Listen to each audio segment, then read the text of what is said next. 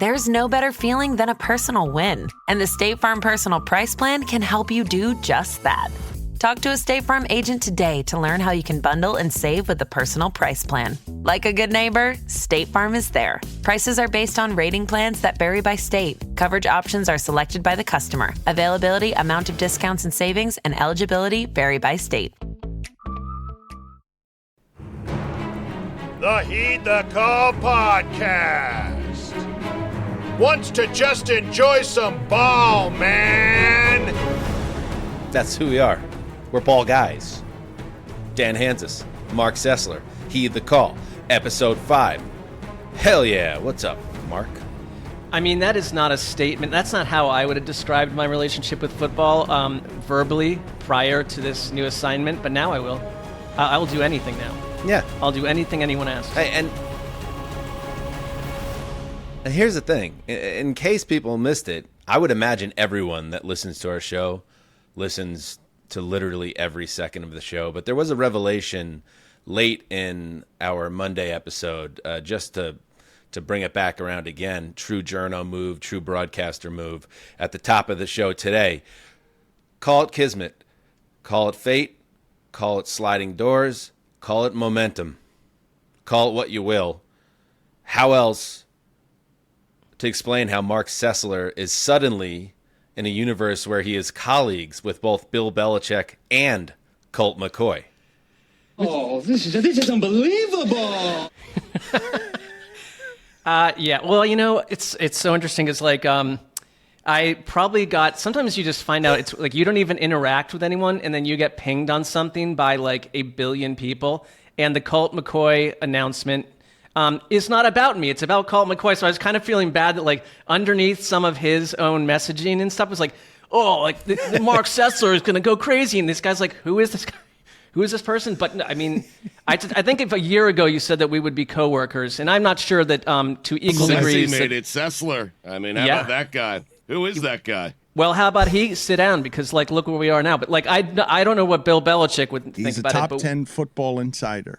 It is part of the dance here is it. just dancing around these sound clips. But I do think it's hilarious to think a year ago that we would be working with two icons, in my opinion. And every minute takes us closer. Every day takes us closer. Every second takes us closer to that dinner in a couple of weeks. The showdown with Marc Sessler and the Gravedigger, Justin Graver, for Colt McCoy's love. And then the old Zeuser just having some Tito's and vodka and being himself and letting the charm do the talking. What's up, Justin? Oh, no, I didn't have anything to say. I just wanted an excuse to bring myself onto the screen. Since you referenced me. Mark, this is a problem. I think we've created a monster, and I don't know if there's a way to take the monster down. No, true analysis. I think in our first week plus with Justin, he was sweet. He was compliant. He was professional. And you're starting to see a shadow figure, a different version of Justin creep in with each passing hour. Justin is on acid right now. We're going to have a talk about these extraneous drops, too. All right. We're going to talk about that off mic. On mic, one of my favorite shows we do every year. It's Around the AFC in just trying to think how to play this. Around the AFC in 3-minute increments, 16 times. Okay, that works. Around the AFC in 47 minutes? How do we play this? How are we safe from any type of skullduggery? Anybody know? I think 47 minutes, 59.9 seconds. Bang. Nailed it. There's that. I think the middle one rolls off the tongue a little more, and it kind of means we can punish one team with maybe just a 2-minute increment. If that's how the math works, I'm now doing that. Okay. Yeah. You know what I mean? Maybe one team deserves to be punished for something that annoys us. All right. Well, let's keep that in mind. Justin, as the producer, you will be tasked with deciding what team gets just 2 minutes. I'm sure that's going to bring a lot of ear. And what we do, Sess and Tugboat, what we do we know when to accept the praise from the audience and then know where we need to push the scorn. So whoever gets the 2 minutes, it is the producer's decision, not us. Another decision of ours was to get someone special on the show to do this. We do it with 4 people. Justin's one of them. Mark's one of them. Zuzzer's one of them. And the 4th man is a legend, a real proper broadcaster joining us, the great Andrew Siciliano. Let's go! When you said you were hoping to get a lot of ear, and then I appear, good to see you guys. This guy, he doesn't miss Siciliano. He does the bits. He's got the self-deprecation and that voice. Oh, that voice. Andrew, we have been very blessed so far in just the 5 episodes to have so much talent coming on the show, talent that we worked with at our previous stop. So to be back together again is very nice. We've had this special setup with James Palmer, who was on the show recently, obviously reconnecting with Justin. It was an amazing Hold thing. on. Did James Palmer wear a hat? Because I would have to imagine. I'm wearing a hat. I just came from Rams practice. Got to protect yourself from the sun's harmful rays. No. I'm guessing that James Palmer did not have a hat on because he has luxurious hair. No, he's got Palmer that, is never. that hair. There's no hat in his home. Yeah. You've got nice hair too, but he made it clear to the new viewers, new and old, that his hair is at an A+ level. Yeah, it's good. I have hat head right now. Not good. Andrew, you are, of course, like I said, you just came off Olympics coverage for NBC. You're going to be all over the place, NFL-wise, college football. But you've also done this exercise before, Around the AFC in 47 minutes. So you know the rules. Each team gets the same amount of time, except for one. Your thoughts on that before we get into it? Can I clarify something with you guys? Sure. Last time I was in studio, I think doing the same bit, you had like this hard clock. Well, you had the countdown clock, right? Right. And then it was almost like if you finished a thought, or if I tried to put a button on something, or if I agreed with you, Dan, as the host, wrapping up that team's couple of minutes here, then it was like I was a dog hitting the electric fence, and like there were all the kinds of, and there's that too. And I think, honestly, we had our group text afterwards. I think you were unintentionally harsh with the way you came after me with the dart gun and all that. So are these the same guidelines is what I'm asking? Unfortunately, and I hate to be the bearer of bad news. I've learned the rules. It's fine. Yeah. Yes. We'll see if but you guys should also play know fair this 2 time. important things. One, I don't shoot the trank gun. It's the producer. Once again, good things, me and Mark. Bad things, the other guy. The other news is it's a different producer. You got tranked by somebody else. True. Justin has a steady hand, and he will only hit you with that dart if you go over the time limit. I think that he's a man of integrity, but he's also a sharpshooter, so just be ready. Yeah, and that's also a great plausible deniability from you. See, we know each other. We worked together for so long, and now we're together again. Let's get into it. Let's begin this fun trip through the AFC, and let's start with... Are you ready, Andrew? Yes, let's go. Get him. All right, let's do it. Let's start with the AFC East, and I will get us going. Gravedigger?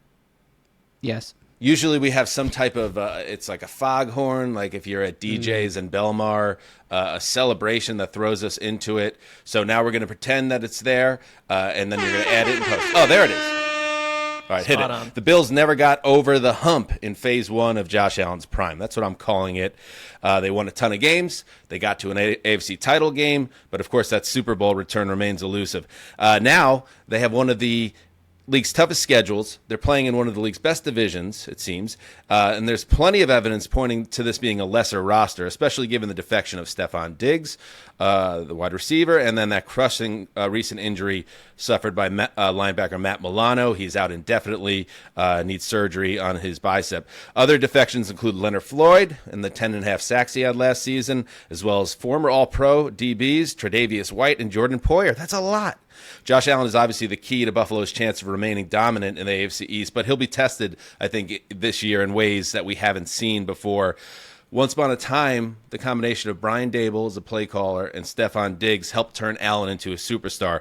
As he enters this middle portion now of his career, how does he remain an elite producer without either of those men? Obviously, Buffalo's playoff streak seems to ride on that.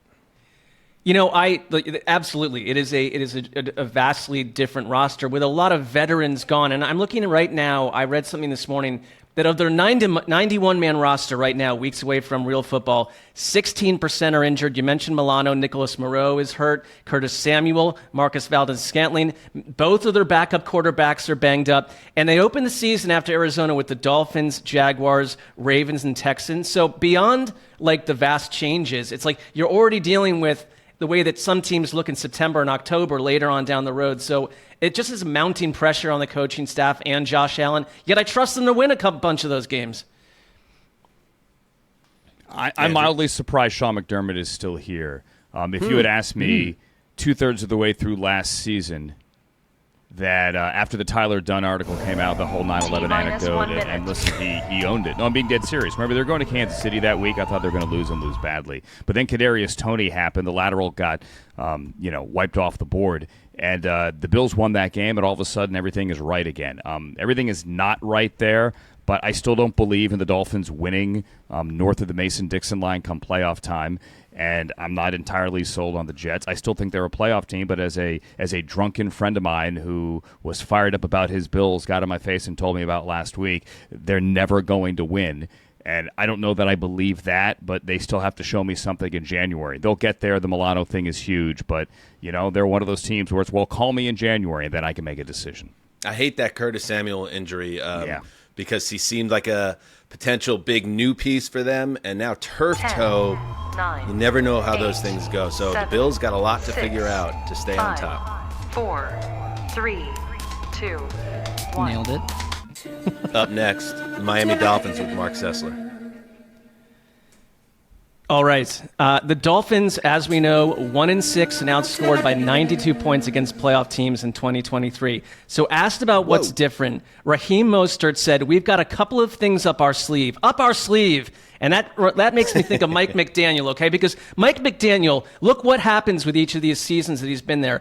Last year, McDaniel leaned on a lightning-quick passing game and outside zone to keep Tua upright. That helped their rushing game go from 25th to 6th. The year before, he brought in Tyreek Hill. Totally changed Tua's career. So what is the new wrinkle? And it's like little birdies are talking right now, and we cannot necessarily understand what they're saying because they're birds. But I think that the addition of veteran tight end Jonnu Smith is going to be a key. A year ago, Miami had 0 tight end touchdowns for the first time in franchise history. Tua was 40th in red zone passing. Jonnu is now being used on jet sweeps, as a blocker, yards after the catch. Tua McDaniel both have been talking him up left and right, and maybe this was sort of a nerdy path to go down. But do we trust Jonnu Smith as a veteran? All the roster's talking about him as upping and adding the tight end element to that game that has been absent. It's like you add Tyreek Hill, you add a running game, you go tight end now, and it's like maybe that helps in these winter games that we don't trust them in. Do I trust Jonnu Smith as a veteran? I know it's a bit of a fringe player, but I'm just saying I trust Jonnu Smith to be Jonnu Smith and maybe a slightly more productive version of Jonnu Smith playing in this offense, at least during Super Bowl September in Miami. But I mean, if he's the Jenga piece that's been holding this offense back, or a player like him, I'd be very surprised. I would think, Andrew, the thing that scares me is there's a more whether it's schematic or systemic or just where they play and the way the world around them changes as the season progresses. Those are the larger questions I have about the Dolphins, because until they could prove they could win in cold games on the road in big spots, I just don't buy in. And I don't think adding a middling tight end changes that. No, I agree. And I go back to Super Bowl week. I was talking to Tyreek Hill, name dropper, but he was on the television with us. And I said, what's going to change? He goes, we're out of excuses. No more. Like, that's it. We're done with excuses. And I said, right, because it was cold for the Chiefs as well, wasn't it? Yes, it was cold for the Chiefs.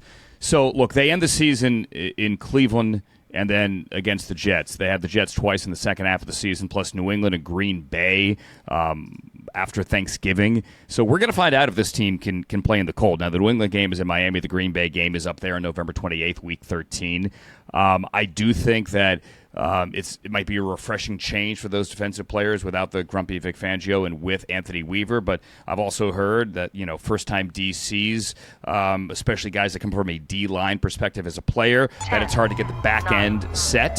So what that defense looks like, I love Anthony Weaver in the middle there. Not Anthony Weaver, Anthony Walker, the former Brown, but it's a big question mark for me.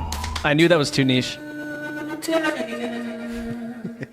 I knew it when I was writing that. Not I knew it was. too niche. No, I knew it was. I don't mean niche as in intelligent. Just like it was like I'm naming a player. I'm making an argument for a player that everyone's like, "What? This isn't 3 years ago." So I get it. You got a dart in your neck. I wanted to work in River Cray Cray as well because his injury. Justin, is take control. Yep. Dart his ass. Oh my! Right God. in the jug. All right.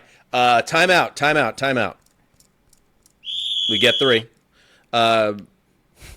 I've never been the biggest Tua guy, but I've really as I get to know him more as he does press, and there's always so much focus on him.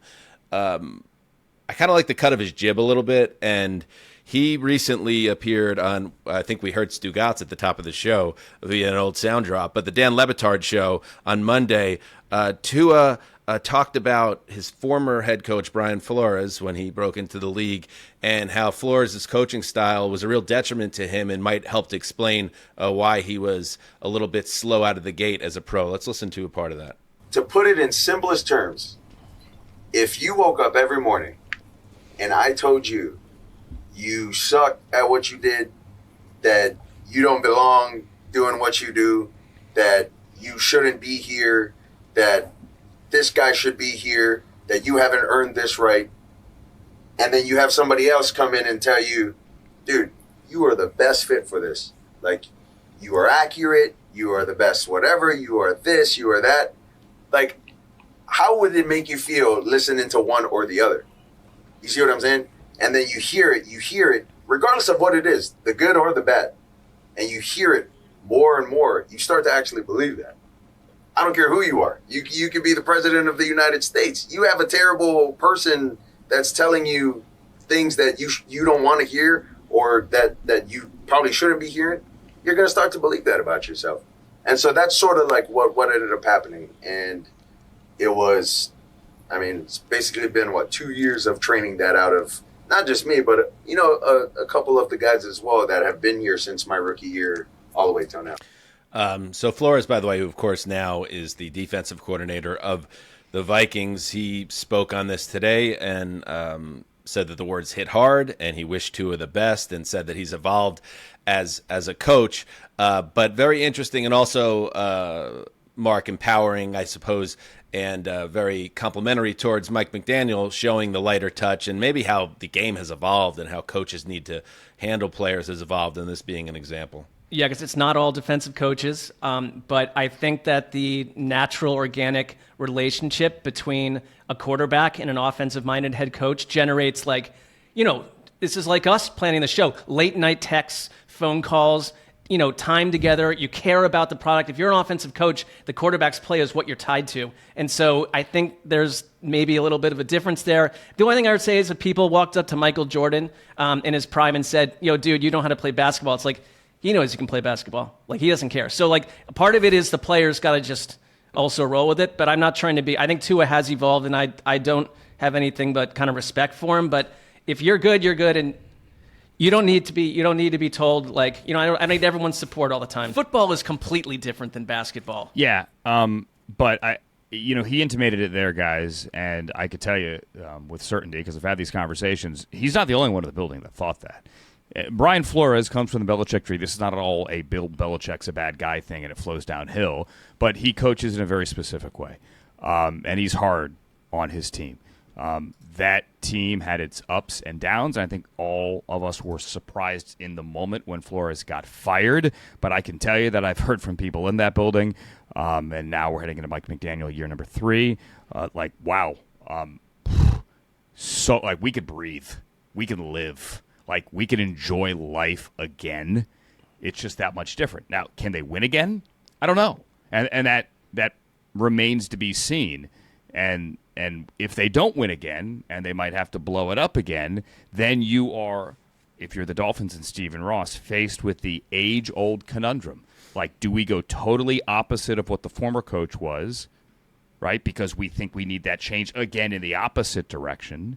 Or do we just find the best available coach? I'm not firing Mike yet. That's not what I'm saying. But I do think it is important that Flores kind of owned it when he spoke about it on Tuesday afternoon.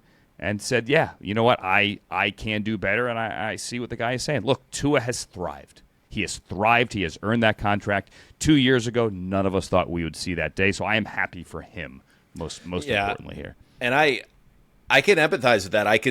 I've been in that position before, multiple times, in fact, at the NFL, with bosses who came in and made it clear that they didn't necessarily see a path for me or didn't believe. And you could go one of two ways. You could, tuck your tail between your legs and go somewhere else, or you could prove them wrong. And the fact that Tua now is an established QB1 who just signed a massive contract, it speaks to him. So yes, Dolphins fans, I can say nice things about your team. Yeah, and if I could add one more thing for the grumpy old get off my lawn people listening, saying if you can't take hard coaching, then find another job. Okay, that's great. You don't think Tua can take hard coaching? He got coached by Nick Saban, and he excelled with Nick Saban as his coach. There you go. Today's younger players, and this is a generational conversation that probably needs hours and hours. Obviously, they're a bit different. So what you did in the 50s doesn't always translate. That's it. All right, time in. Let's head to the New York Jets with Andrew Siciliano. All right. First of all, I want to say, Dan, I am flattered, I'm touched, I am moved that you handed your baby to me. I will try not to mess this up. Thank you. And whatever I say, you probably know more than me about the Jets. I'll say, number one, if Tyron Smith can remain healthy, which is something he has not done for a long, long time, then I feel vastly different about this team than I would otherwise. However, if he can't stay healthy, also pretty good early reviews from Ola Fashanu, whether it's right side or left side, so at least you have that next building block in place if Tyron Smith cannot stay healthy. I do not know how good Aaron Rodgers will play. I don't know how well he's going to play, but I do know they are a vastly better team. They are in the conversation, and as Aaron said himself, there are 10 to 12 teams that you can put on that short list of making the Super Bowl. They are one of those teams. We are going to get them shoved down our throats in primetime seemingly every week or standalone window the first half of the season, so you better get used to them. I am rooting for them. In a weird way, I'm not a Jets fan, but I think the NFL is better if Aaron Rodgers and the Jets are better. I think it makes for a better story, and I think collectively, you guys know this from being in the building, all of us were deflated across the league last year. When he got hurt, 4 plays in, I was hosting the show that night because you felt disappointed for everybody. I would love to see a second receiver, if it is Mike Williams when he eventually gets healthy, step up alongside Garrett Wilson. I would love to see Braylon Allen get some run, serious run. I am not one of these people drafting Breece Hall as my top 3 guy in the top 5 of the draft. And I think this defense as well, which is trying to do far too much last year to compensate for the horrible quarterback play, gave up some big plays that are concerning. I'm curious to see if that concerns.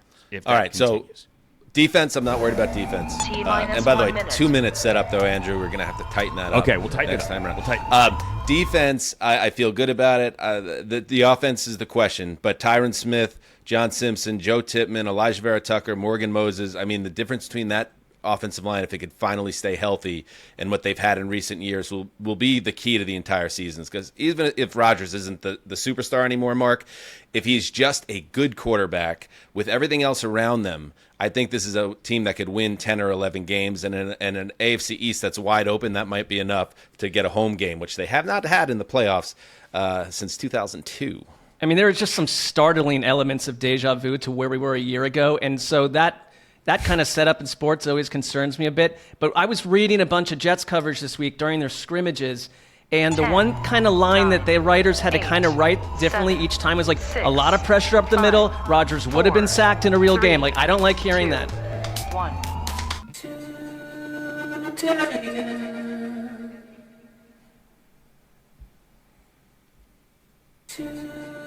The New England Patriots with Justin Graver, the Gravedigger they call him. All right, the Patriots enter a new era after 24 years under Bill Belichick. Well, it's sort of a new era. Gerard Mayo takes over as the new head coach. He's obviously not Bill Belichick, but he did play his entire NFL career and his entire coaching career until now under Bill. So I guess we'll see how different things really are. But regardless, I don't think this team is positioned to compete this season. So for the Patriots, 2024 is all about learning if they have their next franchise quarterback, which means the pressure is on new offensive coordinator Alex Van Pelt to get the most out of the third overall pick, Drake May, because, Gerard Mayo is a defensive guy. The big question for New England this season is how long do they stick with Jacoby Brissett? And their first 8 games are against teams that we expect to be pretty good. 6 of those 8 finished last year with a winning record, and the other 2 are against the Jets. So, gentlemen, I pose this question to you. Drake May will take over as the starter before or after the Patriots' Week 9 matchup with Tennessee. Mark? Well, no, I'd always go the under. Unless you said something like Week 4, I'd always go the under. But you are right. They have one of the more brutal schedules from wire to wire. It is pretty crazy after what that entire division went through last year that's where they sit. I don't love the environment for a rookie quarterback at all. There's not a lot of talent around him. Alex Van Pelt and Andrew, you know better than I do about what actually happened on a day-to-day basis, but Stefanski's essentially your final choice maker on offense, and Van Pelt was probably more meetings and management, some game day stuff, but Alex Van Pelt is doing it with a new quarterback. Yeah, I like Alex Van Pelt. I think he's going to be good for developing Drake May. I'm with you on the schedule here. I'm going to take the under. I'm going to take Week 5. I was talking about this earlier this week. They go at Lou Anarumo, home for Mike McDonald, at Robert Saleh, and then at the Niners, Nick Sorensen, Nick Bosa, the first 4 weeks. Then they have a 4-game homestand. One of those games is in London. That's when they do it, to me, Week 5. Yeah, that sounds about right. I'll go Week 4, so I'll bang the under on that also. And with the Patriots, their offensive line is unsettled. They don't have playmakers. They don't have people that could separate. And I think it's just a bad setup for Jake Brisket. So that, I think, is going to speed up the clock here to get someone in that's athletic, that can buy time, that could throw guys or make plays happen that aren't scripted. So I think that's important. The other thing, just a little positivity around New England, that the data shows in the last, I want to say the last 6 or 7 weeks of the season, they had one of the best defenses in football. They were very, very good in terms of that side. And since you have Mayo there, you would think that has a good chance to sustain itself.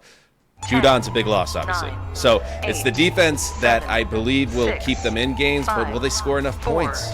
3. Get the kid in there. Come on. Jalen Polk and Demario Douglas look exciting, too.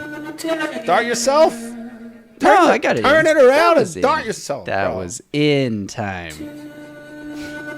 I don't know, Mark. No, I think first of all, once you hear that transition, it's over. I totally agree, and I would note this, and I'm not calling a timeout. This is just a programming note. You are attempting. We're going to break, so us. you have a little bumper here, Mark. Good. You are attempting to dart us through the internet. Yeah. We're not in a studio setting.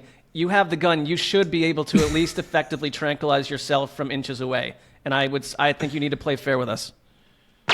And if you think that my setup on the Jets was too long, as I was trying to impress Dan with my Jets knowledge, then you could have and should have darted me during the setup. That's why I got the stopwatch out here. You know, it's funny, Andrew. It crossed my mind. Would we ever have to do a dart in the middle of a setup? It almost happened there.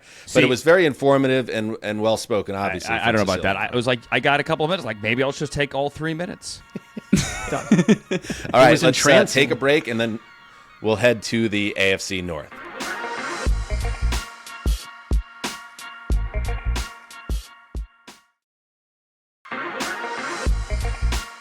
All right, we are back. Let's head to the North, and let's start with the Gravedigger and the defending division champ, Baltimore Ravens. Baltimore Ravens, one of the few teams with true Super Bowl or bust stakes this season. Lamar Jackson has done pretty much everything in his career so far. He's set records, he's won 2 MVPs, he's secured the number 1 overall seed multiple times.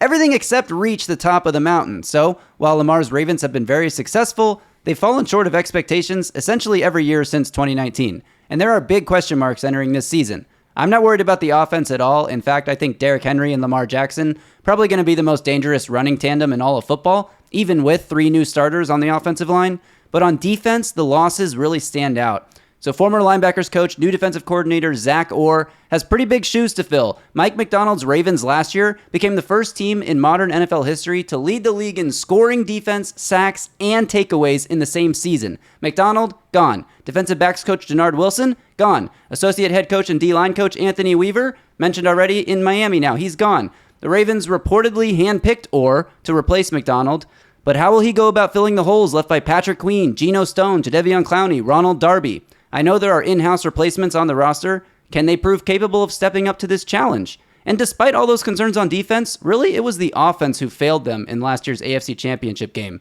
So can they finally put all the pieces together and reach the legendary Super Bowl summit? Dan? Maybe we've been knocking on the door for a while now, and it doesn't matter what we say right now. I was to the visual audience they saw, but I was saying maybe another dart has to come. That was a beefy setup there by the Gravedigger.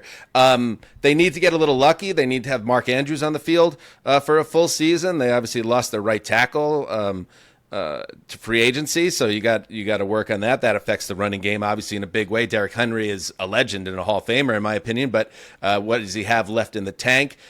I like, Andrew, what we've heard from Lamar Jackson. You usually don't have to worry about anything with a reigning MVP, but he didn't move like Lamar last year. So hearing him say that he shed weight and is looking to be more explosive, if you get one more peak year or big year out of Henry with a smoother, faster Lamar, look out. Yeah, I keep Derrick Henry in the garage until November. I'm being dead serious. To me, he's a 12 carry a back game until you get to December. And then you take him out of the garage and you treat him like a snowplow and you destroy people. They didn't run the ball in their loss in the postseason. No. Never ran the ball. Run it. If they can get some revenge, beat the Chiefs, start well, then they get the Raiders, open up well. Yeah, this is definitely a Super Bowl team. I also want to see Lamar practice this year. Not just, it's fair. DNP illness Wednesday, DNP illness Thursday, practice Friday. We saw a lot of those, not trying to make 10, light of it, but 9, show me something. 8, 7. They had 8 6, running back rushes 5, in that AFC title 4, game. Make a statement. Is that bad? 2, on that opening 1. Thursday night. Let that one slide. All right, the Cleveland Browns. I can't go wrong here. We're going to go with Andrew Siciliano. I mean, you could go wrong. Let me get the stopwatch out. Here we go. 3, 2, and clock's already running, baby. 1. There are 2 big issues here with the Browns. Actually, we'll make it 3. Number 1, can the defense do what it did last year? Yes, I think it can. Naturally, you would say it would take a little bit of a step back. You can't be that good. Well, even if they do take a little bit of a step back, they're still really damn good. They have a massive offensive tackle crisis right now. Jed Wills had arthroscopic surgery last December. He is still not practicing. We are 2 weeks away. That's a bad sign. DeJuan Jones banged up. Jack Conklin coming back from major knee surgery. Can they trade for Trent Williams? I don't need Brandon Ayuk. That's an issue. And the other issue is the quarterback play. We don't know what you're going to get. If it's average, like you said, with Aaron Rodgers, then this is a Super Bowl contender. If it is slightly above average, I feel really, really good. But Sessler, the issue here is I simply don't know what we're going to get. We don't know. We don't know, and I look for teams that are kind of set up for regression. There's a reason that Stefanski won Coach of the Year. That was a battlefield last year, but they were 5-0 in games decided by a field goal or less, 6-2 in one-possession games. That's good coaching. That's a lot of luck, too. David Njoku has been their best offensive player by far in camp, according to reports, and people are wondering I like that Njoku. Yeah, but there's basically people just sort of watching, practicing, like, why is Watson not getting the ball out quickly enough? But this offensive line and what happened, because all the players that you mentioned, they lost 3 more tackles against the Vikings after a week-long of scrimmages where Minnesota's defensive line dominated the outer edges of Cleveland's line. I just don't like that setup, although it's meant to be their strength. They don't have Nick Chubb necessarily out of the gate, so their identity now centers around Deshaun Watson, and we don't have any sense of what that identity is. Yeah, Deshaun Watson hangs over everything with his team as he has since the day he got in the building. Mark, I know you loved the Browns offensive line coach and what he brought to the team last year. He's no longer there. And then I look at like the Our Lads depth chart, right? And we see Jedrick Wills, left tackle, red, PUP. You see Jack Conklin, red, PUP. And then Nick Chubb, red, PUP. Where does Nick Chubb factor in all this? And so there are a lot of questions, but you got Jim Schwartz back, Andrew, and you have a defense, and there's a lot here. But, yes, it's a big question mark. This team is a hard one to peg right now. Yeah, the Schwartz is still with them, and they also have Ken Dorsey, which is fascinating. Talking to Stefanski back at the Combine, I really get the impression that he is was eager to spend the offseason kind of getting under the hood and rebuilding the offense from the ground up, like having those deep intellectual late-night conversations with Ken Dorsey, who's a really bright guy. What does that look like? More RPOs, more Deshaun in the run game, but then he's got to stay healthy. So there's that. They also got Jerry Jeudy. Can they get him the ball? I'll do it. Thank you, Justin.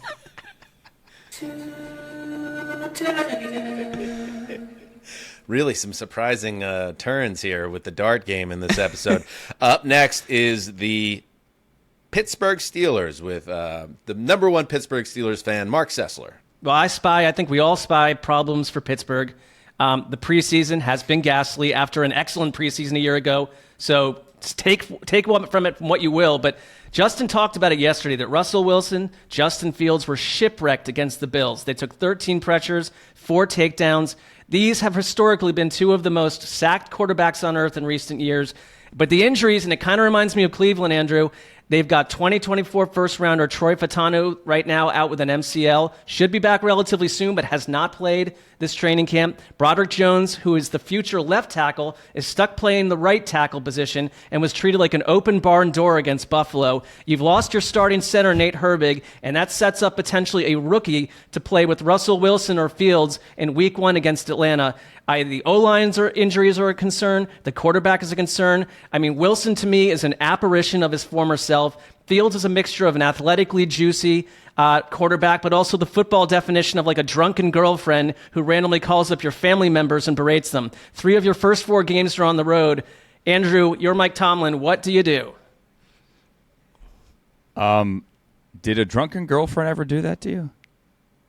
No, that's why I avoid that because I sense that would be problematic. Just maybe it's sure. it's not where I'd go. I look at the Steelers quarterback situation and say this. Here's my headline. The Niners and Brandon Ayuk are going to get a deal done. Because there's no way Brandon Ayuk watched the Steelers over the weekend and say, yeah, sign me up. That's where I want to go. I do think Russell starts. I do think Justin Fields starts more games. And I don't know that either is the answer, although I'm intrigued by the idea of Arthur Smith getting crazy and funky with Justin Fields in the run game. Color me interested. That said, much like the Browns, the defense has to do what it did last year, which is stand on its head the entire season. And that is a tough challenge, despite the fact I love what they've done in the draft and the last 2 years with the O-line. The O-line is the key to it, I think. And Arthur Smith and Justin Graver, you know this more than anyone as the Titans fan.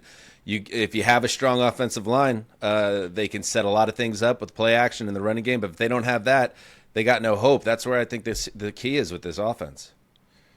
Yeah, and I mean, he took Ryan Tannehill and renaissanced him into an incredible quarterback for 2 years before the fall-off hit. But like you said, it was largely based on just banging that play action over the middle over and over and over again.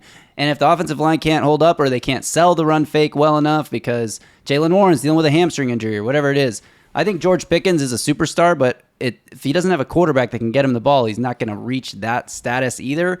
I don't have any concerns with their defense, but how can you not be concerned about their offense? Can I add one thought? Ryan Tannehill is this year's Joe Flacco. He's sitting at home waiting for the phone to ring, saving someone's season come November.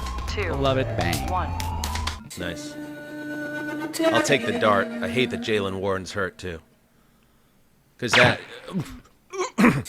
Jaylen Warren and Najee Harris, that interests me with Arthur Smith. And if it's a soft tissue injury he's dealing with, who knows how that lingers. Sucks. Cincinnati Bengals. Joe Burrow once famously said that the Bengals Super Bowl window is, quote, his entire career. I love that. Swaggy. We'll see about that. The complications of the salary cap has a way of messing with championship opportunities and how long you have those opportunities. He signed a huge extension last September. The big money kicks in next year. So this is it. And it feels a lot to me, boys, like the Buffalo Bills conversation we had last summer, where it wasn't like the Bills can't win the Super Bowl in the next 5-10 years if they don't win it this year. But in terms of this phase of Burrow's career, this feels like the last time we'll ever see a season, we'll ever see Burrow with Chase and Higgins on the same field together. I like everything else around this team. I love, obviously, the offense's upside, even with Joe Mixon gone. The special teams is excellent. The defense had issues last year, but I think will be better and aided by better offense. I still see them seizing this moment and returning to superpower status. How say you, Mr. Sessler? Yeah, I mean, I guess I'm trying to look at how they got better from a year ago. I'd say offensive line. I think, Jermaine Burton's an interesting add at wide receiver. But Zach Taylor, not unlike Stefanski, did an incredible coaching job with this team and Jake Browning down the stretch. And they have lost guys, but just getting Burrow back healthy, and the fact that he's able right now, and he's had a couple up and down training camp practices, but the fact that he's even available and playing right now is a sea change from previous years. And I put them right back into, higher than the Bills, obviously for me, I put them right back into a window to win the division and win playoff games. I really think with Joe Burrow, anything is possible. This is the best division in football. It's the only division since we've, gone to the 4-team divisions that had every team have a winning record the previous season. You can make a valid and strong argument for any of these 4 teams winning the division. And as long as this team has Joe Burrow, he can mask their shortcomings. The Jamar Chase thing to me is a story. I'm not suggesting he's going to withhold his services week 1 against the Patriots. But, get the deal done. Just get it done. And I don't think they're going to get it done. Ayuk's going to get done. Trent Williams is going to get done. These other things. This one's not going to get done. And so you're going to have a upset Jamar Chase playing without a new contract week 1. I'm interested to see how that storyline takes them through this season. Chad Ochocinco recently said he doesn't think Jamar will play without the new contract. And I don't know what he knows or who he's talked to, but he said that. He also said he thinks it's going to get done in the next week or two. But Jamar Chase is a guy who sat out his last year of college because he wanted to save himself for the big payday coming in the NFL. 10, is he a guy who would sit out 8, another year 7, because he knows that payday is coming at some point? This is the big year. If Chase is gone because of his salary issue, not on.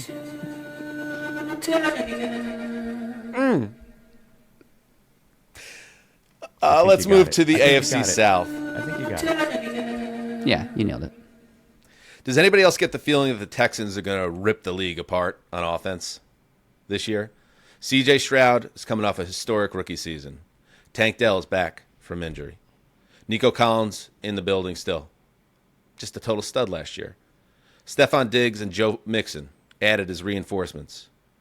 Throw in the very fortunate outcome of OC Bobby Slowick coming back after 4 head coach interviews, and all the pieces are in place for the Texans to lead the NFL in scoring.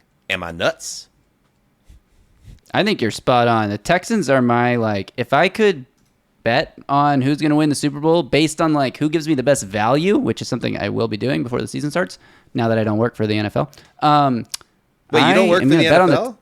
Well, neither do I. Over a year okay, now. Go ahead. Yeah, no, we all did at one point, but now, anyway, that was cool. The Texans are my pick because the value is there and the upside is more than there. If they can just stay healthy, I don't know what stops this team. C.J. Stroud has looked excellent in the preseason. He's picking up right where he left off. He's a dark horse MVP candidate, maybe not even that dark horse. I love the Texans, and I say that as a Titans fan. I mean, I think the Texans are going to be really good. Really, really, really good. And I think they're going to run the ball better this year than they did last year, where they had a massive issue running the football, even with Bobby Slowick bringing that offense there, the Shanahan tree, whatever you want to call it. Joe Mixon's going to run well. And by all accounts, Dameon Pierce, the light has gone on. Last year wasn't his season, despite everyone thinking big things for year 2. I think Dameon Pierce has a bounce-back year. Can all these new defensive pieces, Danielle Hunter, et cetera, fit in and immediately turn what was not nearly as good of a defense as people thought you would get with DeMeco Ryans? I am not sure, but I do think that they are clearly the best team in this division. I want to say also, Stephon Diggs looked like a player declining, Mark, last year with the Bills, but he's also the type of player where I could see him going in a totally rejuvenation direction in a new setting with a great quarterback like Stroud. Yeah, I know there was like the little sideline thing that happened, but vast accounts have players saying they love Stephon Diggs over there. And this is one of these teams, and it's not the same type of team as like the Jimmy Johnson Cowboys that went from like playoff appearance to Super Bowl winner. But what I see in both cases is player development. There are a lot of young players that have become powerful parts of the roster very quickly. DeMeco Ryans is a player's coach. To keep Bobby Slowick was a total coup d'etat because I think he makes that offense go. That offensive line had injuries and issues last year, but was well coached and stood their ground, and they've had a good training camp. So it's kind of like everything's going well. Everyone's expectations are high. Stroud could have been an MVP last year had things gone a little bit differently. And so the whole point is like, can the team, a very young team, just handle all this and get through it and not fall in on their own, expectations and inner demons? No, didn't get it in. You had it. Yeah. It was like a type of thing where the landing was there, but the pilot really needed to be at his best to stick it, I thought, he just missed the runway. I thought you had it. You could have just said expectations and not said inner demons. But I needed to alert you. I needed to alert you and listeners that some inner demons do exist, and parts of the roster, and that's what they're going to be fighting against. And more on that later. Elsewhere in the AFC South, we have the Jacksonville Jaguars with the great Marc Sessler. All right, hang with me here. When I was in 9th grade, a new girl hit town. Let's call her Doris Axelrod. She was a Texas girl with a southern accent in a tri-state area middle school. She talked about horses and making cinnamon pies. Waves of 9th grade boys were taken aback. Competition was in the air. But then something happened. Doris just sort of faded into the woodwork. Kind of like the Jaguars in the AFC, where the head cheerleader and friends were like, not this time. Multiple choice question for you. The 24 Jaguars are A, like Doris Axelrod, a flash in the pan that once caught our eye, but will ultimately marry an average man and work for 18 years as a CPA in outer New Jersey. Result, 8-9 record, a life less lived. B, the team we're ignoring, promising young rookie wideout Brian Thomas, preseason wonder Parker Washington, Evan Ingram, Travis Etienne, a ready-to-rumble Trevor Lawrence, and a Super Bowl winning coach. Result, book them for the playoffs. This is the team we aren't talking about. C, Mark is venting because Doris wound up going on a date with Matt Troy, who took her to stupid Baskin Robbins while Mark watched Faces of Death alone in the basement. Dan. Jesus. That is so dark. There was a Faces of Death night in the basement. Oh, boy. That's good I production. think the one where they're a middling team, I think that was A, would be my choice. I think that something that Josh and Hayden from our great football show here at the Underdog brought up when they were here last week, that they need Brian Thomas to be an instant difference maker. That's a tough thing to put on any rookie, especially a rookie wide receiver. So if that doesn't happen, then you're kind of back to some of the old gang, and it didn't work out so well last year. I'll say this, Andrew, that the Jaguars, if things broke a little bit differently, at least on offense, with some plays last season, they probably look very different and have a couple more wins. But it didn't work out that way. A lot of this is about Trevor Lawrence and how special he can be coming off a very up-and-down injury-marred year. Yeah, I think the injury thing here is the key. I started last season, and I said it all last summer, that even though the Jaguars didn't win a playoff game, they beat Brandon Staley and the Chargers in historic fashion the year before, that I wasn't convinced they were a Super Bowl contender. I just thought they were a decent team in a really bad division. Now I think they're a slightly better than decent team in a much improved division. I think they're a wild card team that obviously could compete for the division, but I'm not entirely convinced. But I am convinced to this. Trevor Lawrence showed that team something with the second half of the season. Toughness. He wasn't healthy. He probably should not have been playing the last couple of games there on that high ankle sprain. I think that carries into this season, and I am actually more bullish on them this year than I was a year ago. 9. The question to me is, how fluky are fumbles? Trevor Lawrence, stop fumbling the ball, and this offense will be much better. Is it just the way he holds the ball, or is it bad luck? Well done. Thanks. Nailed Up that. next, the Indianapolis Colts with Andrew Siciliano. So here's my thing with the Colts. I love me some Anthony Richardson. I am bullish on his future. I'm very excited. And if I were a Colts fan, I'd be even more excited. However, the early returns from Colts camp, and this I think is telling, Anthony Richardson, not good in 11 on 11. I take it back. Other way around. Anthony Richardson, 7 on 7, bad. 11 on 11, good. 7 on 7, there's no rush. There's no athleticism. He's got to stand there and know the progressions and know where to go with the football, and he holds the ball too long, and the play breaks down. There's nothing there. 11 on 11, we could use his legs. He's a dynamic quarterback.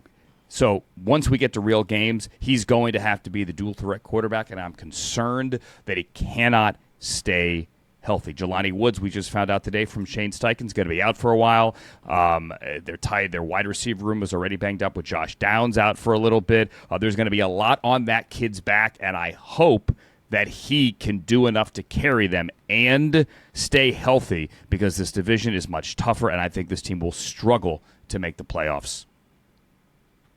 The rumblings out of Indianapolis are that Jelani Woods might not even make the roster because it's a very crowded tight end room and they all sort of do similar things to each other.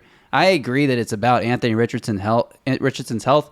And what is going on with the safety position here? Because Chris Ballard has had ample opportunities to beef up this room, continues to maintain that he likes what they have there, but saw Quandre Diggs and Jamal Adams sign with a division rival, Justin Simmons sign elsewhere, Eddie Jackson sign elsewhere. They're just going to roll with what they have. I'm very concerned about the secondary in Indy. I think the Houston Texans are the heavy favorite here. But two things, Richardson thriving. I'd rather the guy look good in 11 on 11 because that's what the game situation will be.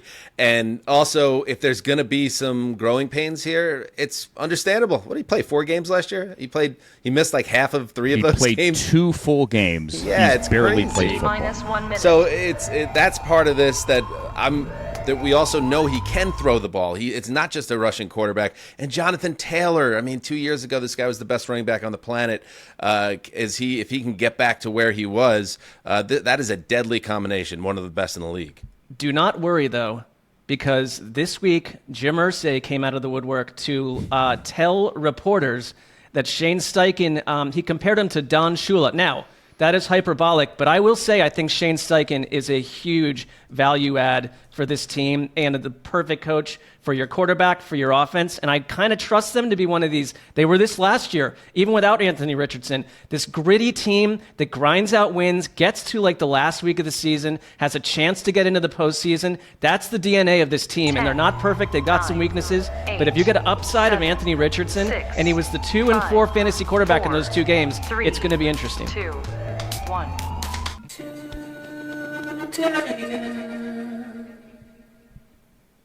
Finally, the Tennessee Titans with Justin Graver.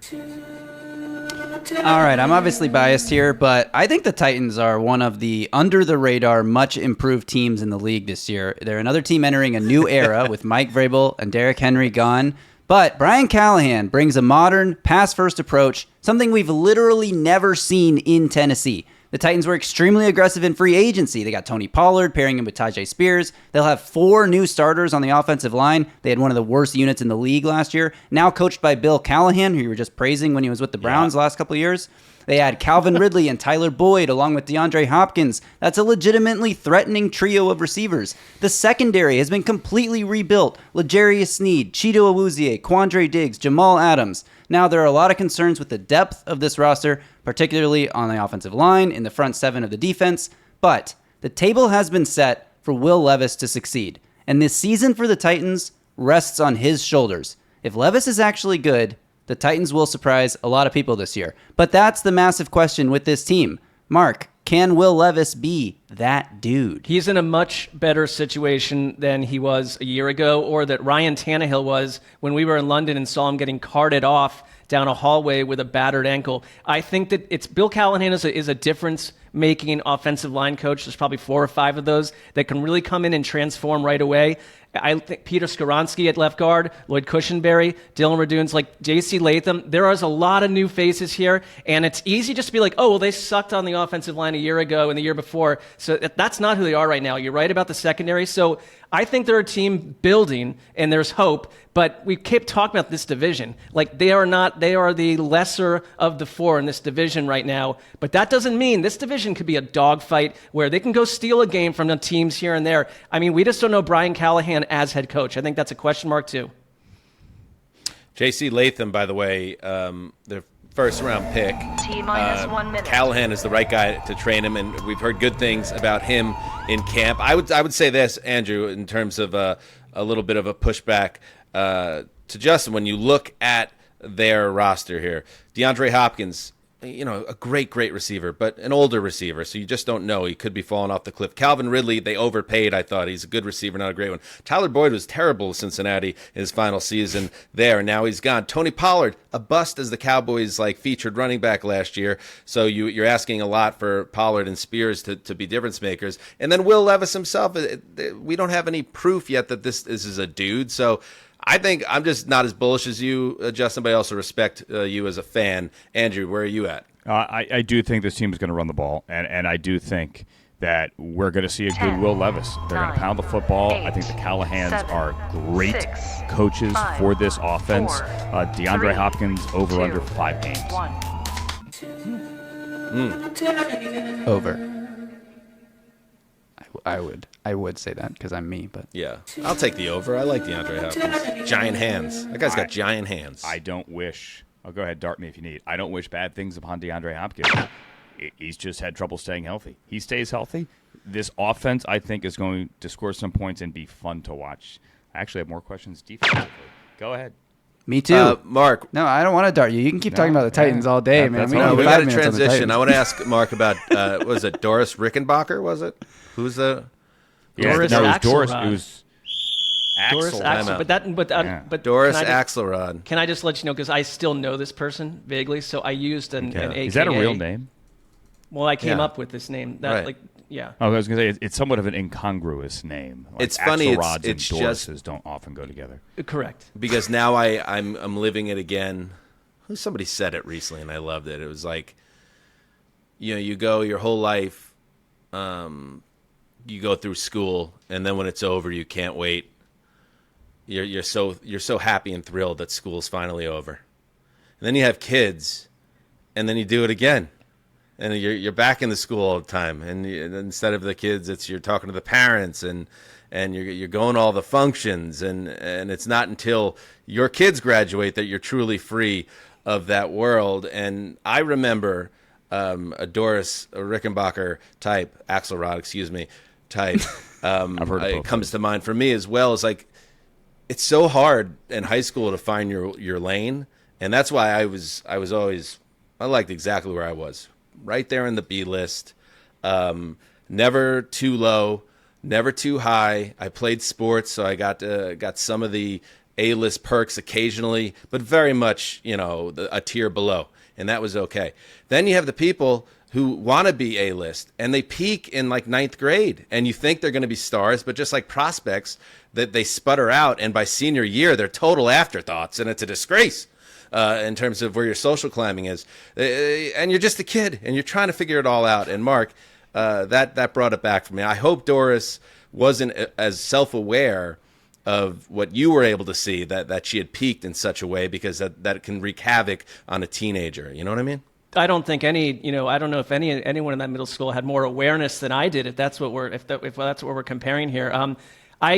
I think Doris, and that again, I know her real name. Doris could sense it. I could feel it, that she was like the biggest thing going, because you're walking down a school hallway and you can feel the attention and the energy and the love, and then it sharply went away because people just moved on to the next big thing and whatever's going on then. And so I always felt a little bad for her. I could sense some weight, a little bit of sadness, and then kind of lost track of her. I mean, she also didn't. She went out with Matt Troy too. So, is this the point in the show where they roll in the "Hey, therapy is okay" promo? PSA. Oh yeah, Which, by the way, it is. Like, I highly recommend it for anybody. But like, hey, BetterHelp, shout out. PSA. If you want to come, is that come where for it us. rolls in? Let's right go. Here? Okay. I think that the takeaway here is that happiness is fleeting and you should cherish it when you have it. Yes. So great use of a timeout. Very nice, Justin. And any A-listers here? Any high school A-listers? Don't be shy about it. Hell no. You kidding? I don't think you can Any walk around looking at any yourself. C-listers that or way. below? B. I mean, Be aware. It's okay to be aware of where you were. B-listers? That B. checks out. That feels like I think that's good. Heed the call energy in general. All right, let's. Do we need to take a break? Or are we closing this out, Andrew? Or Gravedigger, excuse me. Let's close it out. All right, let's We only got hit 12 it. more minutes. All right. Or 11, supposedly. Did anybody get minus a minute yet? No, I'm saving it for the last team on our list. Oh, wow. Just random draw. You ordered it, so there it goes. Wow. Okay, here we go. The Kansas City Chiefs with the Gravedigger. All right, this is the headline team of the 2024 season. Can the Chiefs pull off the first ever three-peat in the Super Bowl era? The questions about the age and longevity of Travis Kelce and Andy Reid will push that until after this quest. The receiver room received a makeover with the additions of Hollywood Brown, first-round speedster Xavier Worthy. Rashee Rice appears to have avoided a suspension for now, and we know Mahomes can make it work with less talented players. So with this kind of speed on offense, I expect to see fireworks on a weekly basis. On defense, the team prioritized retaining their game wrecker Chris Jones over the lockdown corner L'Jarius Sneed, and really it was the strength of this defense that carried the Chiefs to their back-to-back Super Bowls last year. Now, they believe that 2022 fourth-rounder Joshua Williams is ready to fill Sneed's shoes and have a breakout campaign. But look, the bottom line here, the 2024 season for the Chiefs doesn't really start until January. The question is, will they be playing for that ultimate glory when February rolls around? Andrew? I say yes. Look, it's their title until somebody takes it from them, and I know it is so difficult to get back there and to win another one, and then another one, and then another one. But I'm sorry, they are my team, and I do think the Xavier Worthy thing, regardless of the Hollywood Brown injury, is a game changer. Travis Kelce's getting older. Can he still be the 100-target go-to guy? I'm not sure. By the way, brief aside, Patrick Mahomes and Kelce totally planned that behind-the-back thing. Don't tell me they didn't. Listen to the home team broadcast there. R.A. Wolf and Trent Green both say, oh, yeah, they're doing that in practice, and they said they want to do it in a game. That wasn't an accident. That was planned. And that's all I have to say about Andy Reid's Kansas City Chiefs, who I do think win at home in night number 1, week number 1 over the Ravens, because of course they do. Although they didn't win in week 1 last year, Mark. I know, but Chris Jones wasn't there. T-minus 1 minute. Mark. I really like the fact that the Chiefs have won titles and gotten as far as they have with different types of teams and different types of challenges. And until someone can convince me there's someone else out there with a better coach, front office, quarterback, and defensive coordinator combination to flexibly adjust through the ups and downs of the season, I'm not really, no one else is on my radar, not the Ravens. And, they've got a good kicker too. And I had dinner with Dan, and he told me that he agrees with everything that Harrison Butker has said this offseason. So, yeah. Dan, I'll throw it to you. And by the way, it sounds like a lazy take, Dan, when Mark and I say, until someone beats them. I know that sounds like a lazy take, but I'm sorry. That's how I feel. Sure, yeah. And someone's going to win 3 in a row one day. It's not the most absurd thing. It's not 10 in a row. Xavier Worthy's preseason has really been an eye-opener for me. And Hollywood Brown is coming back, and Rashee Rice, like Gravedigger said, he's probably not going to get suspended. Nice. Nicely done. The Raiders, Siciliano. The Raiders are in a position that no franchise ever wants to be in. Franchise, quarterback, no man's land. They simply don't have an answer. I think they went out and paid Gardner Minshew fully believing they were going to be able to draft a quarterback night number 1. That didn't happen. And so now it's Gardner Minshew beating out Aiden O'Connell, probably because he's guaranteed $15 million, 12.5 of it this year. Yes, he could run around a little bit, and yes, he could move a little bit, and that's what Luke Getsy wants, all the play fakes and the boots and all that. But there's really not that much to be excited about. Defensively, Max Crosby, Christian Wilkins, that is worth the price of admission. But is that going to carry them? I don't think so. I think this team is in the conversation for a top 5 pick again this year. They have some work to do on this roster, and I say over under week 6, Davante Adams once out.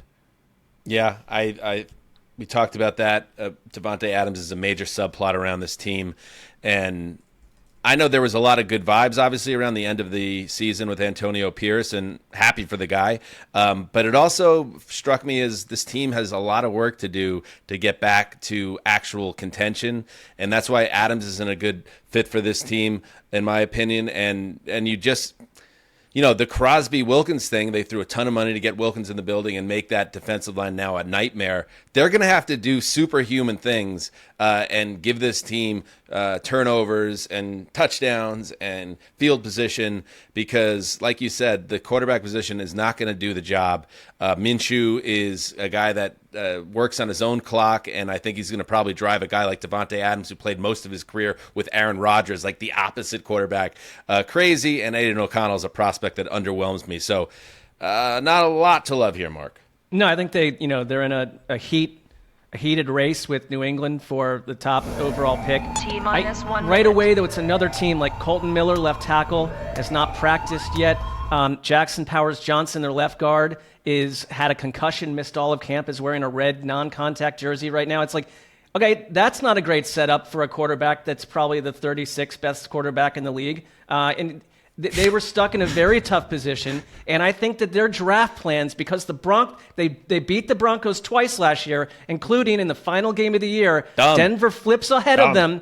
They flip ahead of them in the draft position, and that 6th quarterback is gone, and the Raiders are left with an empty cupboard. And then you take a tight end, and maybe all right, let's spin positive. Davante Adams, maybe a top 5 wide receiver. If they know how to use, and this is on Luke Getsy, obviously, Brock Bowers, the 24th overall pick, Michael Mayer, who obviously they believe a lot. Maybe they can make some magic. 2 tight end sets and a great outside one. Maybe. This defense is going to be better than people think. Timeout. Let's give the Raiders some love. What about it? Obviously, we mentioned the defensive line with Crosby anchoring everything. What else do you like about their defense, Justin? I thought they showed a lot of flashes last year after Antonio Pierce took over, and he obviously will bring continuity as a defensive guy. Jack Jones is like a major breakout candidate. He's been, he started his career in New England, right? Ends up with the Raiders, and he's been getting interceptions all training camp long. He got one in their second preseason game, I believe it was, and he's just a guy that's like, he can be a true lockdown corner in the secondary. So you pair that with the addition of Christian Wilkins. Obviously, we know what Max Crosby can do. How do you block both of those guys and prevent throwing the ball quickly? You're going to throw it quickly. Jack Jones is going to break it up. I think the linebackers are promising, and I just feel like Antonio Pierce, like I said, he had this defense playing well down the stretch last year. Remember they just absolutely decimated the Chargers on a primetime national game? I take very little out of the post-firing bump, especially a rah-rah energy guy like Antonio Pierce, not ripping him for it, but like that's not the most surprising thing. Now they actually have to build a program, and this is going to be a real challenge. But, who knows? Stranger things have happened. I got the neighbors' kids in the driveway blowing whistles here on this idea that the defense, if you could hear that, Graver is going to be better than you think. Go ahead. Well, I just think that you have to do. I do look where they were a year ago, where Josh McDaniel was I think a big reason that Davante Adams felt, disassociated with the experience and wanted out. And so I hear you, Dan, on like pump the brakes on interim guy that everyone loved like down the stretch, but Antonio Pierce like legitimately seems to have really connected with that team, and if that can continue, and you get through this season, and you get like a year from now, they've got that top 3 or 4 quarterback, then you're in a different situation. But it's like they're going to have to ride through some rough storms. And he deserves the benefit of the doubt. I'm just saying maintaining the good vibe train of playing out the string, but like surprising and embarrassing a couple teams in December is a lot different than. Shit, look at our roster as the season begins, and look what division we play in. I was at that Charger bloodletting, by the way. It was a TNF game in December. I have never seen anything like that in my entire life. I texted Jeremiah in the middle of that game. He was calling it. I was like, are you okay? I mean, there were a whole bunch of Charger people, and they will joke about this, that were like, maybe we just, like, it's over. We know, like, maybe we just stay in Vegas. Like, do we have to get back on the plane? Like, of all places to have this happen, The coach in didn't get Vegas. back on the plane, Yeah. as I recall. All right, let's move on. The Denver Broncos with Marc Sessler. All right, the Athletics AFC win total model tagged Denver with a conference low 6 wins.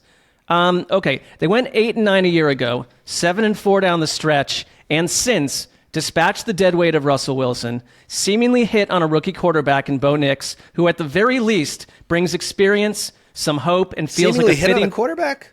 I'm just saying, Sorry, go I'm ahead. waiting to see, but feels like a fitting pupil for Sean Payton. Tim Patrick is healthy and a major part of this offense. They split with the Chiefs a year ago and allowed just 28 points to Kansas City in 2 games. They faced the 4th easiest schedule against opposing offenses in 2024. Yes, they're low on stars, but they've got Sean Payton, Bo Nix, new uniforms. This is the team that's going to have the fewest wins in the AFC, just 6 wins with Nix? Come on. I mean, I guess, and I apologize, you never talk over someone's intro, and dart me for that. I'm going to take a dart for that. A regular dart. What part Deserved it, Mark. what part bothered you? I don't recall. You said they hit on a quarterback in Bo Nix. We don't know if we hit on a quarterback in Bo Nix yet. This only works if they did hit on it. I know he looked good in the preseason, and they've been, and there is an idea that his skill set is a good match with Sean Payton, and that's great. But also, like, didn't his first big move trade was to trade up for Marvin Mims, and that guy's not even going to make the team, and he was on there last year. So like, Sean Payton is a guy who his whims they're subject to change. That's all I'm saying. I'm just like, wait, hold on. We need Nix. They took him as a first round pick, but that doesn't necessarily mean he's a first round talent. That's what a lot of people also are saying. I said that at the very least he brings experience, the most experienced college quarterback we've seen in our lifetime, and hope, and is a fitting pupil for Sean Payton. I think the early evidence suggests that they can fit together. And my argument is that they're being tagged as the worst team in the AFC. We've talked about the Raiders. We've talked about the Patriots. Like, I think Denver, who already won an 8 a year ago, they're not great, but they don't look to me as like a total piece of dead flotsam floating down a river. No, don't agree. Nor Jetsam, for that matter. Yes, nor that. Bo Nix had 61 career starts in college football, the most ever. By the way, Dylan Gabriel of Oregon, if he stays healthy, will break that this year in all likelihood. So that's 5 starts for every 1 start Anthony Richardson had in college, 5-1. I watched a lot of that game on Sunday. I think they found the guy. Granted, it is early. It is the preseason. But I am more optimistic now than I was on the Denver Broncos, say, a month ago. Are they a playoff team? I don't think so. Does Bo Nix make them imminently watchable? Yes. 10. Their first 6 opponents at Seattle, Pittsburgh, at Tampa, at Jets, 6, Vegas, Chargers. 5, How many wins do you see 4, there? Not good. 3, 2, 1. 2. 5. Yeah, I just didn't even hear. I heard Chargers, Raiders, so it's probably more than that. I just said not good just for the sake of it. I'm going to dart myself for this, but Tim Patrick is he's a back. guy to watch for fantasy purposes, I would say. And better than Ezra. Yeah, they're going for a bunch of big beefy dudes. Go win. All right, Dan, I'm putting 2 minutes on the clock for the Chargers here. How about 229? That way it still rounds down to 47. Copy that. So we're cleared in terms of IP. All right, here we go. Here's what would scare me about the Chargers if I'm the rest of the NFL. This is a team that was better than its record last season. They blew a bunch of agonizing fourth quarter leads. You replaced the overmatched Brandon Staley with literally Jim Harbaugh. He's a monster in terms of situational coaching and closing out football games and winning. Harbaugh also loves to pound the rock, and he has a premium offensive line to do just that. The Joe Alt pick is already going to have huge dividends on that team. But that's not the scariest part. The scariest part is that because of Harbaugh's reputation, there's this general feeling that Justin Herbert is now like kind of an afterthought on this offense. No, sir. This has a chance to be a bruising, punishing, rushing offense that just so happens to also have an elite talented quarterback who's never been given the infrastructure he has now. I've never been one to buy into the August Chargers hype, but this feels different. Gravedigger, your thoughts? I am with you. I think this is going to be a run-heavy team because of what Jim Harbaugh brings, and they have run blocked really well in the preseason. Granted, it's preseason and it's against backups, but they look like they know what they're doing as a unit. That cohesion, that chemistry is there. You get Justin Herbert slinging some play-action bombs down the field because people are actually scared of a running game. Watch out. The khakis are back. Siciliano, I know you work, with the Rams, so you're programmed to hate the Chargers, but come on. True. So two things. Number one, I'm sorry for yelling at my handyman who just let himself in. Number two, I saw the Chargers in person this past week. Not only at SoFi, but I went to one of their practices as well. Joe Ortiz and Jim Harbaugh are going to constantly churn the bottom of that roster, and they are doing that nearly daily. Quentin Johnston, number one pick a year ago, is running gunner on special teams and was playing in the third quarter. By the way, your handyman we need a sucks. legitimate handyman timeout. just turned the I'm pausing the clock. This is our fourth timeout, which is this is a bit. Let's keep going. Do you still see me? I still Yes, see you. vaguely. Let him go. Okay, We're almost done. My handyman's working on the electrical box. He turned the electrics so we lost the charge. See what we did there? We lost the charge. Oh, that's foreboding. I think this is a talent-deficient team that is going to be saved by coaching and Jim Harbaugh, but it's a handful of wins. That is hilarious. That's why you watch the YouTube. I love that the handyman comes in. He makes eye contact with Andrew because I saw him kind of waving at him. So he knows that Andrew's literally broadcasting from this room. 10, and the first thing he does is cut the electricity 8, in the room that Andrew's in. 6, 5, Axel, give me a minute. 4, 3, 2, 1. I like Chargers. You already had a short clock. I like that Andrew has a this is a great way to handyman. end the show. That's pretty. That's a powerful. I have a stuff problem right there. here, and he was going to come over today, and I looked at my watch. I'm like, I forgot. You never know what's going to happen on Heed the Call. Episode 1, earthquake. Episode 5, powers out. That was a trip, and we'll make it up to you, Chargers. In fact, there might be a recurring segment that shows up as Andrew takes out his flashlight. There's part of me that's like, how do you have internet? And like, how is this? I don't know. I'm hardwired into the wall right now, so that's why. Yeah. There you go. A bit of a marvel in terms of tech right now. That was our trip through the AFC in exactly 47 minutes and 29 seconds. So thank you to everybody for checking it out. Andrew Siciliano, tell everybody, I'm like the guy from Hot Ones. Like, all right, Andrew Siciliano, I want you to look in this camera, that camera, that camera. Tell me what you got going on. All right.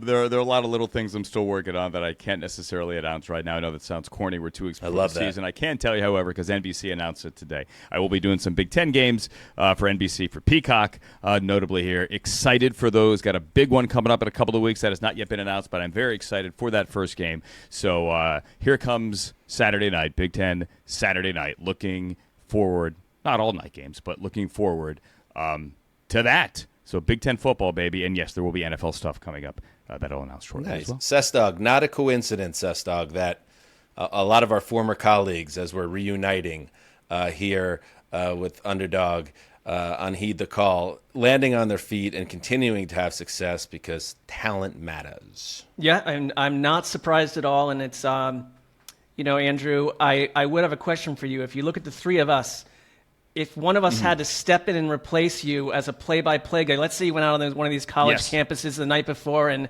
a little too much went down, which one of the three of us do you trust to do the most competent job out of the gate as a play-by-play person for 60 minutes of action? Well, the answer obviously is the Gravedigger, but I would say if not the Gravedigger, then probably Hanzus channeling Marty Glickman and going old school Jets, and I think he'd be able to pull it off. And I think, Mark, you would be an amazing storyteller. Oh, great. You'd be kind of like the Rinaldi down on the sideline, weaving in like these tear-jerking stories or just confusing and confounding stories where you say, back to you, and then they would go, I don't know. That also sounds like less work, so... Yeah, just to recap that for everyone, Mark asked the question, who would be the best at it, and he was told he'd be the worst at it. So No, I think he'd have a great job. I don't know if the play-by-play thing, but I would love to hear it because you are such a teller of stories. I do think in the modern era that we live in, and sometimes it could be third rails all around you, Mark. One of these stories about Doris Beckerman could be taken the wrong way, and then you're in the news cycle, and I would worry for you. That's all. Well, it didn't work out too well at the last place, so it is a fair concern. Tell Miss Axelrod I said hi. Andrew, thank you so much for joining us. You are such a stud, and we're lucky to have you on the show. And let's do it again. Let's do it again soon, guys. And with full electricity the entire time. And congratulations on the new pod. Long-time listener, first-time listener. They both mean the same thing. So have a great season. Thank you, buddy. Thank you, Andrew. Thank you so much. And coming up on Friday, we will go around the NFC with two people that are going to be new to Heed the Call, but you will get to know them very well as the season progresses. So a lot of stuff to be excited about as we get closer and closer to the start of real football. Till Friday, you know what you need to do. Heed the Call.